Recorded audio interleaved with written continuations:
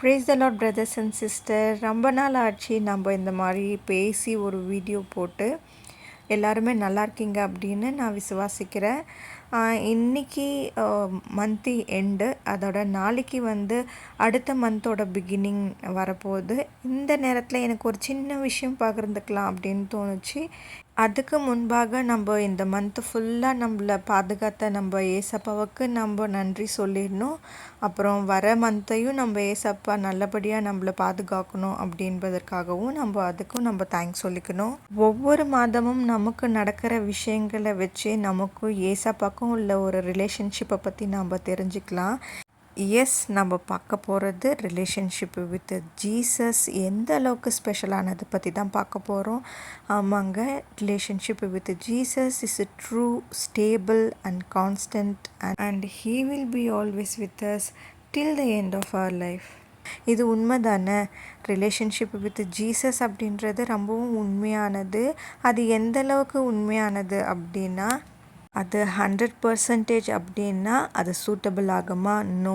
அது 1000 மேலே ரொம்ப அதிகமானது. அதை கணக்கிடவே முடியாதது.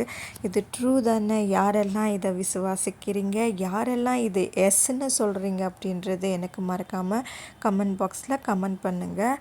அது மட்டும் இல்லை, இந்த ரிலேஷன்ஷிப் அப்படின்னும்போது அதில் நம்மளுடைய அப்பா அம்மா, நம்மளோட பிரதர் சிஸ்டர், அப்புறம் நமக்கு ஃப்யூச்சராக இருக்கிற ஹஸ்பண்ட் ஒய்ஃப் யாராக இருக்கட்டும், இவங்களோட நமக்கு இருக்கிற ரிலேஷன்ஷிப் கடைசி வரைக்கும் வரும்னா இல்லை. ஏன்னா நம்ம ஒரு பாயிண்ட் ஆஃப் வியூவில் நம்மளோட அப்பா அம்மாவை பிரிகிற நேரம் வரும். அதுக்கப்புறம் நமக்கு ஒரு ஹஸ்பண்டோ இல்லை ஒய்ஃபோ லைஃப்பில் என்டர் ஆவாங்க. அப்புறம் அவங்க ஏஜ் ஆனதுக்கப்புறம் அவங்க நம்ம லைஃப் வரைக்குமே வருவாங்க அப்படின்றது அது நம்ம சொல்லவே முடியாது. நம்ம கூடவே பிறந்து வளர்ந்து நம்ம கூட இருந்த நம்ம பிரதர் சிஸ்டர், அவங்களும் அவங்களுக்குன்னு ஒரு லைஃப் பார்ட்னர், அப்புறம் அவங்களோட லைஃப் அப்படின்னு இருப்பாங்க. அப்புறம் ஃப்ரெண்ட்ஷிப் கூட சொல்கிறேன், அதுவும் நம்ம நிரந்தரம் அப்படின்னா இல்லை. ஆனால் எப்பயுமே மாறாத, எப்பயுமே நம்மளோட ஆரம்பத்துலேருந்து முடிவு வரைக்கும் நம்ம கூட இருக்கிறது ஒருத்தவங்க. அது யாருன்னா நம்ம ஏசப்பா மட்டும்தான். நம்மளோட பிகினிங்கும் அவர் தான், நம்மளோட எண்டுமே அவர் தான். இந்த சமயத்தில் எனக்கு எபிரேயர் 13வது அதிகாரத்தில் 5வது வசனம் இருக்குது பாருங்களேன். அதில் நான் உன்னை விட்டு விலகுவதும் இல்லை, உன்னை கைவிடுவதும் இல்லை. எவ்வளவு ஆறுதலான வார்த்தையாக இருக்குது பார்த்தீங்களா? அப்புறம் எனக்கு பைபிளில் பிடித்த ஒரு சாப்டர் அப்படின்னா ஏசாயா 41வது அதிகாரம். இதில் எல்லாமே எப்படி இருக்குன்னா, ஒரு கடினமான காலங்களில் நம்பிக்கை தர்றது, ஆறுதல் மற்றும் வலிமையை பற்றி சொல்கிற ஒரு அதிகாரம் தான் அது. அதில் 13வது அதிகாரம், உன் தேவனாயிருக்கிற கர்த்தராகிய நான் உன் வலது கையை பிடித்து பயப்படாதே, நான் உனக்கு துணை நிற்கிறேன் என்று சொல்லுகிறேன்.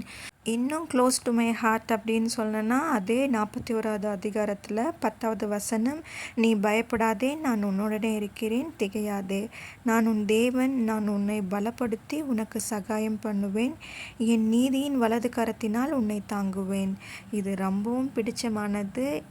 இந்த வசனம் என்னை ரொம்பவும் அதிக பலப்படுத்தும், என்னை வழி நடத்திருக்கு.